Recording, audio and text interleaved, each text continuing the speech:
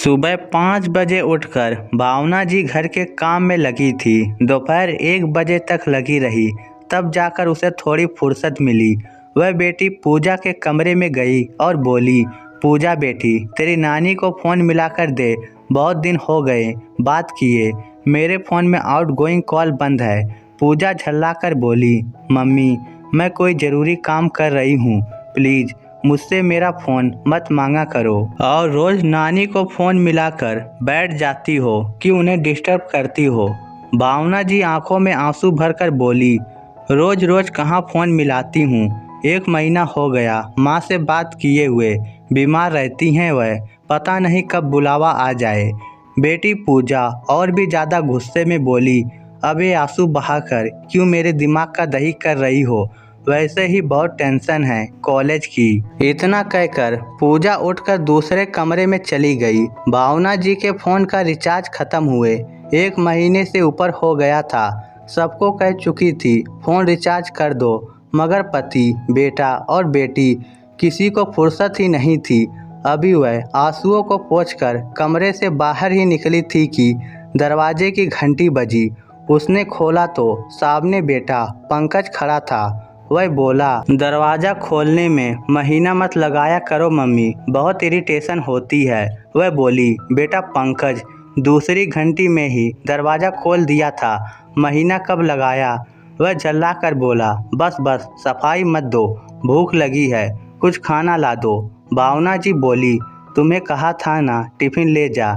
यार मम्मी क्यों भेजा फ्राई कर रही हो, जो बोला है वही करो। इतना कहकर वह अपने कमरे में चला गया। भावना जी ने जल्दी में बेटे पंकज के लिए कुछ बनाया और उसे लेकर उसके कमरे में गई तो देखा पंकज सो रहा था। भावना जी ने बेटे को जगाया तो वह इतनी ज़ोर से बोला कि भावना जी डर गई। बोला, जब नींद आ गई थी तो जगाया क्यों? मम्मी, आप में ज़रा भी दिमाग नहीं है क्या?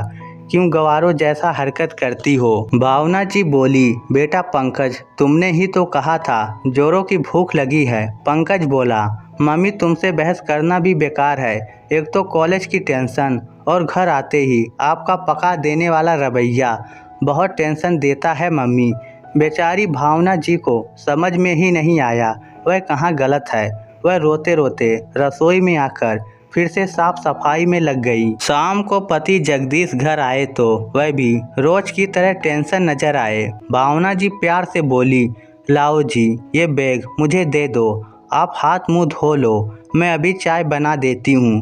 पति ने कहा, बॉस की तरह आदेश मत दिया करो, बच्चा नहीं हूँ, इतना पता है मुझे। भावना जी चुपचाप रसोई में चली गई। आंखों से आंसुओं का सैलाब उमड़ पड़ा। वह सोच रही थी कि पूरे दिन नौकरानी की तरह जिनके लिए मेहनत करती हूँ उनके पास बोलने के लिए 2 मीठे बोल भी नहीं हैं। अगले दिन भावना जी का स्वभाव बिल्कुल बदला हुआ था।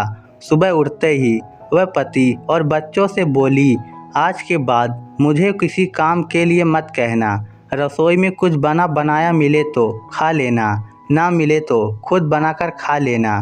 सभी भावना जी के मुंह की ओर देखते रह गए। वह सोच रहे थे गुस्से में हैं, शाम तक ठीक हो जाएगी। फिर 1 दिन गुजरा, 2 दिन गुजरे, ऐसे करते करते 10 दिन गुजर गए। घर में पूरी तरह शांति छा गई थी। अब बच्चों की फरमाइशें बंद हो गई। भूख लगती तो भागकर रसोई में जाते, कुछ खाने को मिलता तो खा लेते, मगर नहीं मिलता तो बाहर से पॉपकॉर्न, कुरकुरे आदि लाकर खाते थे। भावना जी खाना बनाकर रख देती थी, मगर बच्चों को दिन में जो चाट चाहिए थी वह अब मिलनी बिल्कुल बंद हो गई थी। भावना जी पूरे दिन चुपचाप और गुमसुम सी रहती थी। बच्चे कॉलेज से आए या पति ऑफिस से आए, भावना जी को कोई मतलब नहीं था। अब वह किसी से नहीं पूछती थी कि दिन कैसा गुजरा। फिर एक दिन बच्चे और पति उसके पास आए। पति बोले, क्या बात है, तबीयत तो ठीक है ना तुम्हारी? भावना जी ने मुंह फेर लिया, कोई जवाब नहीं दिया। बेटी पूजा बोली, मम्मी बोलो ना, क्या बात है? मम्मी चुप। बेटा पंकज बोला, मम्मी बताओ ना प्लीज, क्यों टेंशन दे रही हो? आखिर में भावना जी का धैर्य जवाब दे गया। वह रो पड़ी, बोली, जब मैं बोलती हूँ तब भी तुम लोगों को टेंशन होती है। अब मैं नहीं बोलती तब भी तुम लोगों को टेंशन हो रही है। बताओ मैं ऐसा क्या करूं कि तुम लोगों को टेंशन ना हो। मैं कोई खिलौना हूं क्या या मिट्टी का कोई पुतला हूं? जो भी आता है अपना गुस्सा मुझ पर उतार देता है। मैं भी एक जीती जागती इंसान हूं। मुझे भी तकलीफ होती है, मुझे भी दुख होता है, मुझे भी तुम लोगों की फिक्र होती है। दिन भर अकेली इस घर में काम करती हूँ, तुम लोगों का इंतजार करती रहती हूँ। पति और बच्चों से 2 बातें करूँगी तो मन हल्का हो जाएगा, मगर तुम लोग तो मेरा मन दुखा देते हो। अपनी बाहर की सारी टेंशन का गुस्सा मुझ पर उतार देते हो। पूरे दिन तुम लोगों के लिए जानवर की तरह काम करती हूँ। कभी तुम लोगों को यह ख्याल आया कि मैं ठीक हूँ या नहीं?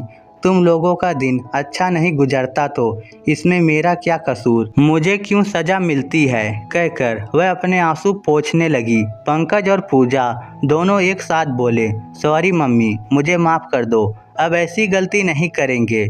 फिर बेटा और बेटी दोनों माँ की गोद में समा गए, माफ़ करने की मुनहार करने लगे। बच्चों को कलेजे से लगते ही भावना जी को कुछ सुकून सा मिला। उनका गुस्सा कम हो गया। वह एक माँ थी। माँ बच्चों से कब तक नाराज रह सकती है? बच्चों के सर पर हाथ फेरते हुए बोली, दोबारा मुझे तंग किया तो हमेशा के लिए छोड़कर चली जाऊंगी। बच्चों का गुनाह माफ होते ही पति हरकत में आया। वह कुछ भी नहीं बोला, मगर अपने दोनों कान पकड़कर खड़ा हो गया। भावना जी को पुराने प्यार के दिन याद आ गए। वह हंस पड़ी और एक बार फिर से घर एक प्यार का मंदिर बन गया। तो दोस्तों, इस स्टोरी को लेकर आपकी क्या राय है? नीचे कमेंट करके हमें ज़रूर बताइएगा। धन्यवाद।